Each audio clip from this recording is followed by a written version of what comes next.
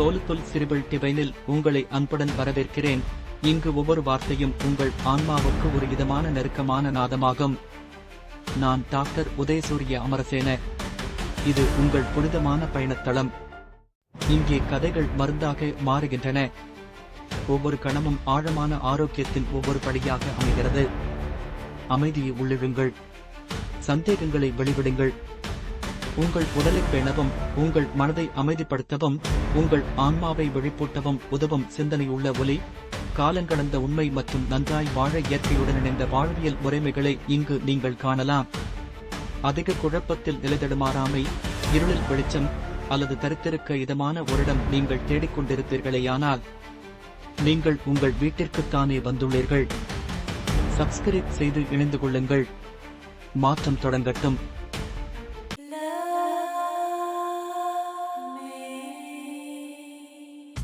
அத்தியாயம் 9. தொடுதல் எனும் தொல்லியல் மொழி. காதலின் சொல்லாமலேயே சொல்லும் அறிவியல்.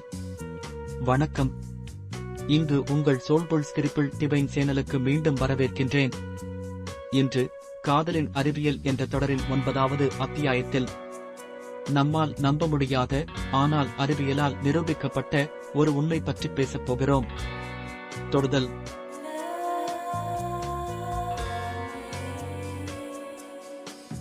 பகுதி 1. தொடுதலின் அறிவியல். நம் தோல் என்பது வெறும் பாதுகாப்பு கவசம் மட்டுமல்ல, அது ஒரு உணர்ச்சி மொழியின் ஊடகமும் கூட. இதில் உள்ள நரம்புகள் மூளை வரை தகவல்களை அனுப்புகின்றன. யாராவது நம்மீது அன்பாக தொடும்போது நம் உடலில் ஆக்சிடோசின் என்ற ஹார்மோன் சுரந்து வெளியாகிறது. இது நம் நெருக்கத்தையும் நம்பிக்கையையும் வளர்க்கிறது.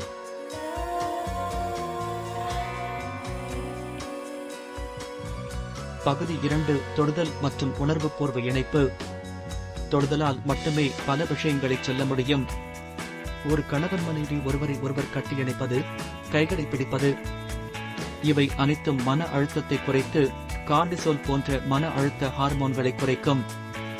அன்பான தொடுதல் சொல்வது, நான் உன் கூட இருக்கிறேன், நீ தனியாக இல்லை.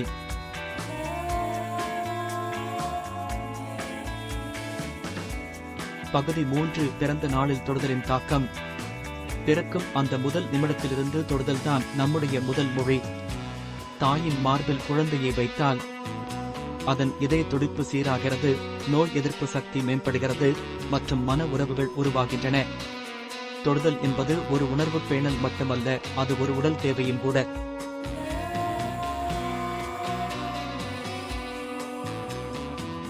பகுதி 4. மூளையை மாற்றும் தொடுதல். மீண்டும் மீண்டும் ஏற்படும் அன்பான தொடுதல்கள் மூளையில் புதிய நரம்பியல் பாதைகளை உருவாக்குகின்றன. நம் மூளையில் நம்பிக்கை, மகிழ்ச்சி மற்றும் அமைதி சம்பந்தப்பட்ட பகுதியை செயல்படுத்தி டோபமின், செரடோனின் போன்ற ஹார்மோன்களை சுரக்கச் செய்கின்றன.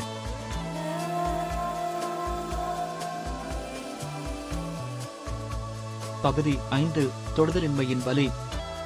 கொரோனா தொற்றின் போது தொடுதலின் இழப்பே எத்தனை வலியை கொடுத்தது.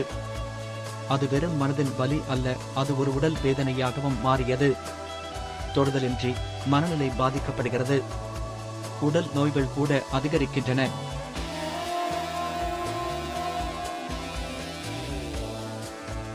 முடிவுரை. மென்மையான ஞாபகம். இந்த வேகமான உலகத்தில் ஒரு அன்பான தொடுதல் என்ன பயனளிக்கிறது என்பதை கண்டறியுங்கள். அது நம் உடலுக்கும் உள்ளத்திற்கும் மருந்து. மானமான பராமரிப்பு. நம்பிக்கையின் அழகான சின்னம்.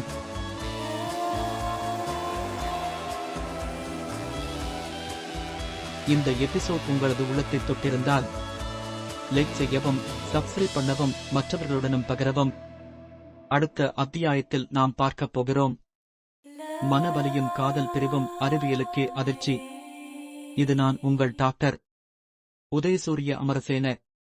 அடுத்த முறை வரை அன்புடன் இருங்கள், அக்கறையுடன் இருங்கள் மற்றும் அன்புக்குரிய கணவரை, மனைவியை மற்றும் உங்கள் பிள்ளைகளை, நண்பர்களை இன்று அன்புடன் கட்டியணைக்க மறவாதீர்கள்.